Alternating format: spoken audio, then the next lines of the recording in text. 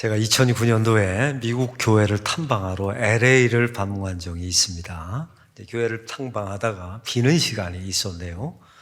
한 목사님께서, 거기 가이드 하신 목사님께서 재미난 곳을 보여주겠다고 저희를 안내한 장소가 있습니다. 웨스트 우드 빌리지라고 하는 부자들이 사는 동네가 있는데 그 한복판에 메모리얼 파크가 있더라고요. 무덤이 있는 겁니다. 부자 동네 안에 부자들이 묻힌 무덤인 겁니다. 얼마나 예쁘고 아름답고 큰지 몰라요. 그런데 어느 한 장소로 가는데 이게 마를린 먼로의 무덤이라는 겁니다. 아주 예쁘고 아름답게 무덤을 만들어 놨습니다. 그게 중요한 게 아니라 마를린 먼로가 묻힌 그 윗 무덤이 비어 있는데 그게 경매 입찰에 들어갔다 합니다. 사실은 마를린 먼로가 남편이 이 무덤을 함께 묻히려고 했는데 이혼을 했다네요. 꼴 보기 싫어서 자기 묻힐 무덤을 팔아버린 거예요, 다른 사람에게.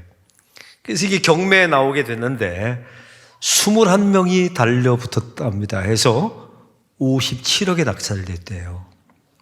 놀라지도 않아요.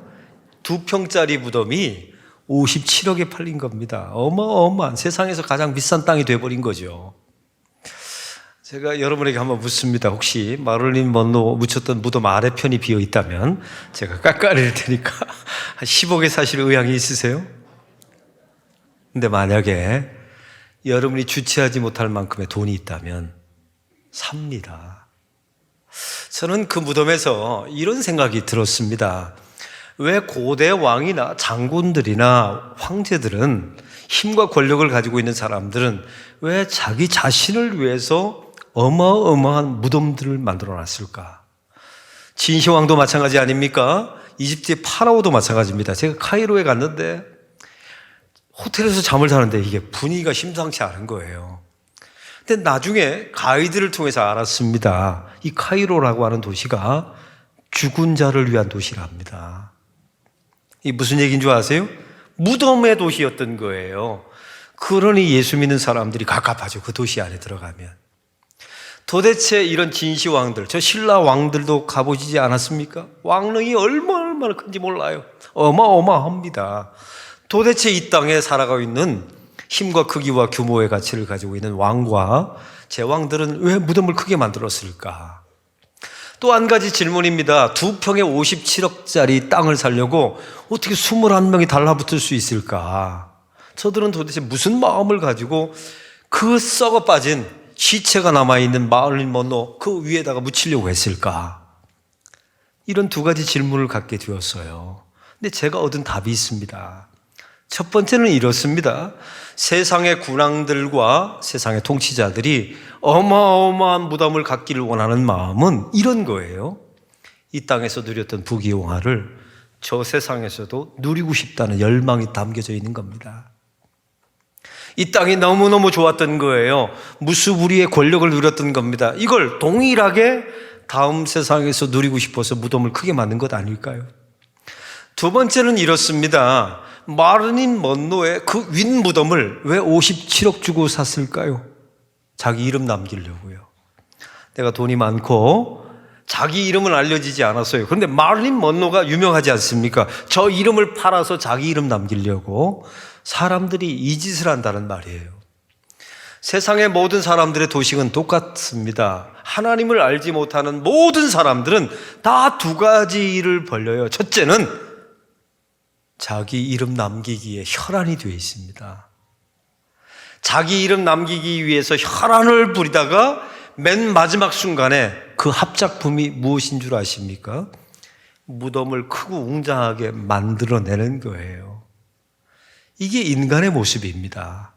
오늘 본문에 바로 그런 말씀을 좀 나누기를 원합니다. 예수님께서 십자가에 죽으셨습니다. 예수님의 장례를 일반적으로 치를 수가 없었나 봅니다. 우리가 알다시피 유대인의 장례를 보면 죽으면 세마포로 사서 성 밖에 나가서, 예루살렘 성 밖에 나가서 장례를 치르죠. 근데 예수님의 장례는 그런 방식으로 치를 수가 없었습니다. 왜냐하면 예수님의 장례를 주도할 제자들이 다 도망가 버렸어요. 또한 두 번째 이유가 있는데요. 예수님의 죄명이 소요와 반란죄입니다. 이런 예수님의 시체를 내어달라라고 말하면 같은 죄목이 씌워지게 돼 있어요. 바로 이런 이유 때문에 예수님은 그냥 다음 날이 안식이기 때문에 부랴부랴 성 밖에 던져져서 들깨들의 먹이가 될 수밖에 없는 상황이었단 말이죠. 근데 오늘 본문에 보니까 아리마대 사람 요셉이 등장합니다. 이 사람은 성경의 역사 가운데 예수님의 공생애 가운데 드러나지 않았던 숨겨진 사람이었어요. 이 사람이 나타나서 빌라도에게 예수님의 시체를 달라고 말하죠. 빌라도가 순순히 내어줍니다. 그리고 그 시체를 자기가 묻혀질 돌무덤에 예수님을 안치했다는 이야기예요. 우리 성도 여러분, 오늘 본문에 보니까 아리마대 사람 요셉이 궁금하죠. 아리마대라는 말은 지역 이름입니다. 예루살렘에 가면 북서쪽, 예루살렘에서 북서쪽으로 25km 정도 가면 아리마대라고 하는 지역이 있어요. 구약의 선지자 가운데 그 유명한 사무엘 선지자의 고향 땅이었던 겁니다. 아리마대라고 말하면 이 사람은 출신이 좋은 사람이다 라는 뜻이에요. 요셉이란 말은 높고 귀하다라는 뜻을 가지고 있어요. 혈통이 좋은 사람입니다. 오늘 성경은 이 사람을 공의의 의원이라고 말하고 있죠. 여러분 기억나시죠? 이스라엘의 최고 법률 의결 기구는 산헤드린 공회입니다. 71명으로 구성되어 있죠. 온 이스라엘 백성 가운데 71명 안에 아리마대 사람 요셉이 든 겁니다. 종교적인 권력자였어요. 또 오늘 성경은 소개합니다. 그는 의롭고 선하다라고 나와 있습니다. 여기서 의는 엘라어로 디카이오스라고 하는 단어를 사용합니다. 이 말은 법정 용어로서 하나님께서 무죄다라고 선포했던 사람이라는 거예요. 여러분 얼마나 귀한 믿음의 소유자입니까? 이걸 믿었던 사람이에요. 나는 죄인이고 나는 죄값을 치러야 되지만 하나님께서 너는 의롭다. 디카이오스. 방면했다는 이 고백을 가지고 있는 사람이었어요. 또한 오늘 성경은 또 이렇게 소개합니다. 예수님의 사형 판결에 동의하지 않았다. 이런 사람으로 소개하고 있죠. 근데 마태복음 27장에 보면요, 이 아리마대 사람 요셉을 이렇게 소개합니다. 예수의 제자라라고 말하고 있어요. 숨겨진 제자였던 겁니다. 예수님의 12명의 제자 가운데는 이름이 없어요. 그런데 이 사람도 예수님을 따르던 제자였던 거예요. 그리고 마태복음 27장은 말하죠. 그는 부자라. 어떻게 할 수 있나요? 자기 자신이 죽은 후에 묻힐 무덤을 준비했던 사람이 돌무덤입니다. 이건 일반 사람은 절대 준비할 수가 없는 고가의 무덤이었던 거예요. 여러분 이런 아리마대 요셉이 시체를 내어달라고 하니까 빌라도가 내어줄 수밖에 없었던 거죠. 왜요? 부자입니다. 유력자입니다. 권력자입니다. 그가 내어달라고 말하니까 내어주었고 예수님의 장례를 치르게 된 거예요. 우리 성도 여러분, 이 아리마대 요셉에 대해서 여러분 묵상할 때, 설교를 들을 때 어떤 묵상과 어떤 설교 내용을 들으셨습니까? 아마 이런 내용을 들으셨을 것 같아요. 우리 다 같이 커밍아웃 합시다. 숨지 말고. 우리가 왜 어둠에 속한 사람이 되어야 합니까? 예수 믿는다고 말하세요. 내가 교회 집사라고 권사라고 말하세요. 아마 이런 이야기 들었을 거예요. 또 한 가지는요, 우리가 이때를 위함이 아닌지 이런 표현을 쓰면서 우리가 세상에 이 사람이 만약 권력자가 아니었더라면 빌라도는 절대 시체를 내어주지 않습니다. 그래서 우리는 이렇게 설교를 들었죠. 우리가 이 땅에서 실력을 갖춥시다. 그래야 하나님의 일을 할 수 있습니다. 이런 말을 들었을 거예요. 그리고 저와 여러분에게 주어진 부와 명예와 모든 것은 이 때를 위함이 아닌지 하나님의 때를 위해서 사용하십시오. 이런 설교와 묵상을 했을 겁니다. 틀리지는 않아요. 그러나 오늘 본문은 이 이야기가 주된 주제가 아닙니다. 예수님이 십자가에서 죽으셨어요. 그리고 며칠 후면 부활합니다. 그런 상황 속에서 고지론, 정상에 올라가라, 이런 말 할 거라고 생각하세요? 여러분 이런 메시지가 아니었던 겁니다. 오늘 본문은 하나님께서 오래전부터 하나님의 역사와 섭리 속에 예정하신 하나님의 백성들을 부족하고 연약하지만 어떻게 구원하실 백성으로 만들어가는가를 보여주는 그림이었던 거예요. 아리마대 요셉을 보세요. 약점이 몇 가지가 있습니다. 숨겨진 제자라고 말씀드렸죠. 제가 여러분에게 묻습니다. 하나님이 이 때를 위해서 숨겨놓으신 겁니까? 자기가 숨은 겁니까? 왜 대답을 못하세요? 자기가 숨은 겁니다. 요한복음 19장 38절은 이렇게 말합니다. 그는 예수의 제자라 유대인들이 두려워 숨었다라고 말하고 있어요. 그는 하나님을 믿는 자였지만 두려움 때문에, 자기의 평판 때문에 숨었던 제자였단 말이죠. 또한 그에게 문제가 하나 있습니다. 하나님 나라를 기다리는 자라. 얼마나 고귀합니까? 하나님의 통치를 기다려요? 근데 그의 인생을 보면 여러분, 그 하나님의 나라가 천국 아닙니까? 또 한 가지, 하나님이 완벽한 통치의 세상을 의미하지 않습니까? 근데 이 사람을 보면 자기의 부와 명예를 가지고 돌무덤을 준비했어요. 여러분, 아까 말씀드렸죠? 세상의 사람들이 왜 견고한 돌무덤을 준비합니까? 그럼 우리 이렇게 말해요. 목사님, 그게 유대인의 장례 풍습 때문에 그런 거 아닙니까? 목사님, 그 정도의 부자 정도면 돌무덤 하나는 준비할 수 있는 것 아닙니까? 오늘 성경은 그런 이야기를 하는 거예요. 아니에요. 이 사람은 분명히 하나님께서 오래전부터 구원하기로 예정된 백성이었죠? 그리고 하나님이 준비하신 사람입니다. 이 장례를 위하여.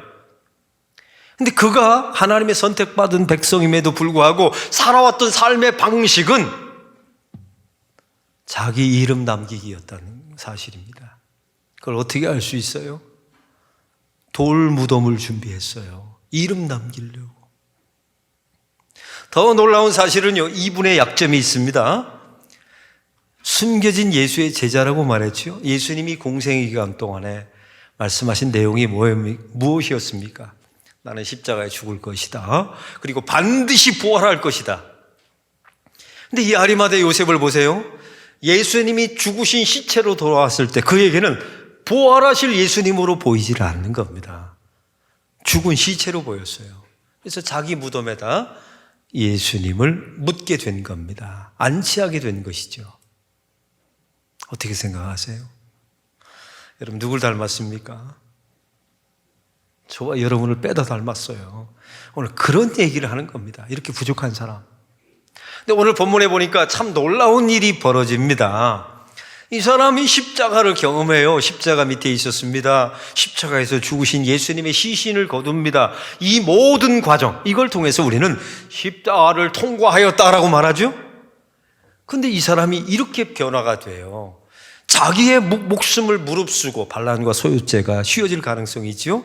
자기의 목숨을 무릅쓰고 예수님의 시체를 달라고 합니다. 조금 전까지 두려워해서 숨었다고 말하죠. 드러나요, 자기. 또 한 가지, 이 사람은 산헤린 공의의 의원입니다. 예수님의 시체를 달라 하는 순간에 그 명예직에서, 그 권력에서 떨어질 가능성이 있었어요. 근데 십자가를 통과한 이 사람은 자기 산헤드린 공의의 직책을 내려놓을지언정 예수님의 시체를 내어달라고 말합니다. 왜요? 이건 하나님의 십자가를 통과했기 때문에 그래요. 여러분 한번 상상해 보세요. 세상 나라가 있습니다. 이건 적국이라고 말합니다. 하나님 나라 반대 개념이 세상 나라예요. 세상 나라는 누가 지배합니까? 어둠의 영 사단이 지배합니다. 그럼 묻습니다. 그 적국에서 관료가 된다는 것은 하나님 나라에 순응한 겁니까? 배반한 겁니까? 배반한 거예요.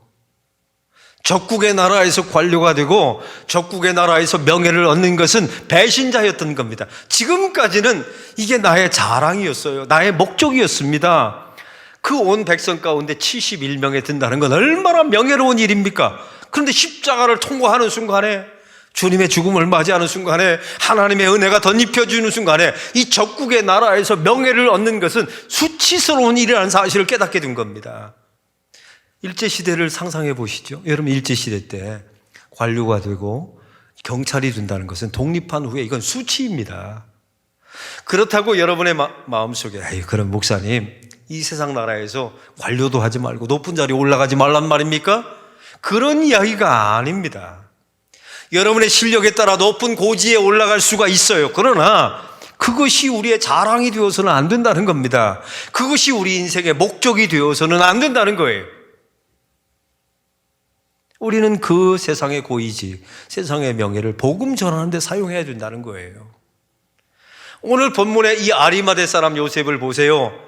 지금까지는 당당하고 자랑스러운 산헤드린 공회의 직책을 가지고 있었어요. 그러나 십자가를 만나는 순간에, 예수님의 죽음을 보는 순간에 적국에서의 명예가 얼마나 수치스러운가를 깨닫게 된 겁니다. 그래서 자기 직을 내려놓을 각오를 하면서 시체를 달라고 말한 것이죠. 또 한 가지 놀라운 변화가 있었어요. 자기의 이름을 남기기 위해서 자기 무덤을 준비했습니다. 자기 이름 남기기에 열매, 꽃이 무덤 남기기라고 제가 말씀드렸죠. 그런데 그 무덤을 예수의 무덤으로 내어줍니다. 지금까지는 누구 아리마대 요셉의 무덤이라고 알려졌을 거예요. 나중에 아리마대 요셉이 죽으면 저 무덤에 묻힐 거야, 사람들은 알았을 겁니다. 근데 예수님이 묻히는 순간에 이 무덤의 이름이 바뀌어요. 예수의 무덤으로 바뀝니다. 예수님이 부활하신 후에 그 무덤은 비었지 않습니까? 분명히 아리마대 요셉이 거기에 묻혔든지, 아니면 메시아가 부활하신 곳이니까 남겨야지 하면서 비어 있을 수도 있어요. 그러나 두고두고 오는 세대 속에 그 무덤은 예수의 무덤이 된 겁니다. 여러분, 우리 인생과 비슷하지 않아요? 나의 이름 남기기 위해서 우리는 지금까지 자기의 공간, 자기의 무덤을 파면서 살았어요. 근데 주님께 내어주면서 예수의 무덤이 예수의 인생이 되는 겁니다. 나의 이름을 지워버리고 말이죠. 도대체 이런 일들이 어떻게 일어나게 되었을까요? 이게 바로 십자가를 통과한 사람의 능력이었던 겁니다. 우리 사랑하는 성도 여러분, 십자가를 통과하면 놀라운 두 가지 일이 벌어집니다. 첫째는 자기 부인이 생겨요. 자기를 전적으로 부인하게 됩니다. 이것은 자기 이름 지우기가 되는 거예요. 세상의 모든 사람들은 자기의 이름을 남기고 새기고 영원히 세상에 남기려고 합니다. 근데 예수 믿는 사람은 그렇지 않아요. 십자가를 통과하면 자기의 이름을 지워요. 여러분이 안 지운다고요? 여러분이 구원받은 백성이라면 하나님이 지워버리십니다. 그리고 여러분의 이름에다가 예수의 이름을 덧입혀 주세요. 그리고 우리는 천국 갈 때 예수의 이름으로 가는 겁니다. 여러분, 그래서 천국 가면 하나님이 제 이름을 윤동일이라고 부를 거라고 생각하세요? 아니요. 저의 이름은 윤동일은 저희 육신의 아버지가 지어준 겁니다. 어떻게 육신의 아버지가 지어준 이름을, 이 가짜 아버지가 지어준 이름을 진짜 아버지가 이름을 부르겠습니까? 여러분, 이 땅에서 우리의 이름을 다 지워버리고 예수의 이름을 힘입어 하나님 나라 가는 거예요. 그러면 우리 이름이 뭐가 되는 겁니까? 그리스도인이 되는 거예요. 성도가 되는 겁니다. 형제가 되고 자매가 되는 겁니다. 이걸 우리는 구원이라고 말하는 거예요. 또한 십자가를 통과한 사람은 자기 십자가를 지고 가게 되는 것입니다. 바로 이러한 일들이 아리마대 사람 요셉에게 전적으로 나타나게 된 거예요. 여러분, 이거는 커밍아웃 합시다. 우리가 고지에 올라가서 실력 있는 사람이 됩시다. 이때를 위해서 부와 명예를 사용합시다. 이런 자기 개발의 이야기가 아니에요. 아리마대 사람 요셉을 보세요. 이사야 53장 9절에 이미 예언해 놨어요. 여러분, 아리마대 사람 요셉과 예수님이 태어나기 몇백 년 전에 이미 하나님은 이 일을 예언해 놨습니다. 이사야 53장 9절은 이런 내용이지 않습니까? 메시아 순환장이라고 말합니다. 메시아가 이 땅에 오셔서 어떤 모습으로 죽으시고 장사될 것인가를 수백 년 전에 하나님이 이미 구약을 통해서 다 예언해 놓으셨어요. 그 이사야 53장 9절에 보면 이렇게 나와 있습니다. 예수님이 죽으신 후에 부자들의 묘실에 부자와 함께 안치될 것이다 라고 나와 있어요. 그 부자가 누구였을까요? 아리마대 요셉이었던 겁니다. 아리마대 요셉이 산헤드린 공회의 의원이 왜 됐을까요? 하나님의 섭리 가운데 된 겁니다. 그가 어떻게 부자가 됐을까요? 하나님의 섭리로 부자를 된 겁니다. 그리고 하나님의 섭리 가운데 이런 일을 하나님이 계획해 놓으셨는데 아리마대 요셉은 어떻게 살았습니까? 자기 무덤 만들기 위해서 자기 부유함과 권력을 사용했어요. 적국에서 자기가 관료가 된 것을 자랑으로 여겼죠. 그러나 십자가를 만나는 순간에 그의 이름을 지워버리고 예수의 무덤으로 자기 무덤을 내어주는 겁니다. 이걸 우리는 구원이라고 말하는 거예요. 우리는 지금까지 들어오면서 아마 이런 이야기를 들었을 겁니다. 사람은 이름을 남기고 호랑이는 가죽을 남긴다고요. 맞아요. 여러분, 호랑이는 가죽을 남기는 게 맞습니다. 근데 사람은 이름을 남기는 게 아니에요. 그건 인본주의와 사단이 말하는 겁니다. 사람은 이름을 지우는 겁니다. 주님을 만나면서 십자가를 통과하면서 자기 부인하면서 우리는 이름을 지워가는 게 성도의 인생이에요. 안 지운다고요? 여러분이 구원받을 백성이라면 하나님은 여러분의 인생을 탈탈 털어서 완벽하게 지워버리십니다. 그리고 예수의 이름을 덧입혀서 천국으로 인도해 가십니다. 이걸 우리는 구원이라고 말하는 거예요. 제발 속지 맙시다. 교회는 사람의 흔적을 새기는 곳이 아니에요. 교회는 사람의 이름을 새기는 곳이 아닙니다. 성도는 자기의 이름을 남기는 게 아닙니다. 자기의 이름을 남기는 사람들은 무덤을 만든다니까요. 크게 무덤을 만들어서 자기의 이름을 어떻게 남길까? 이게 자기 숭배주의자들의 결론이었던 겁니다. 사랑하는 성도 여러분, 불교인들 보세요. 화장해서 흔적도 없이 뿌려버립니다. 여러분 놀랍지 않아요? 하나님을 믿지 않는 사람도 이런 식으로 인생을 마무리 짓는데 천국이 있다는 사실을 믿어요. 자기 숭배가 우상 숭배라는 사실을 알아요. 성경이 말씀하시는 건 우리 사람의 이름을 지우고 예수의 이름을 덧입혀서 천국 간다는 걸 우리는 믿고 있어요. 근데 어떻게 불교인보다 못합니까? 변명의 여지가 없어요. 잘못 믿고 있었던 겁니다. 사랑하는 성도 여러분, 우리는 아리마대 사람 같은 사람들입니다. 오래전부터 하나님께서 구원하기로 우리를 작정하셨어요. 그리고 보니까 예수를 믿게 하시고 어떤 사람은 부유하게, 어떤 사람은 명예를 주시고 좋은 직업을 하나님이 다 주셨어요. 여러분이 살아왔던 삶을 되돌아보세요. 자기 이름 남기기 하면서 혹시 여러분에게 돈이 진짜 왕창 주어진다면 단 한 명도 예외 없이 다 무덤 크게 만들어 놓고 떠나갈 사람들이에요.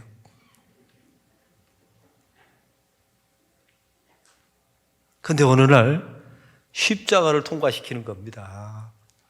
나도 모르게 십자가를 통과하는 순간에 적국에서 명예를 얻는다는 것이 수치라는 사실을 깨닫게 돼요.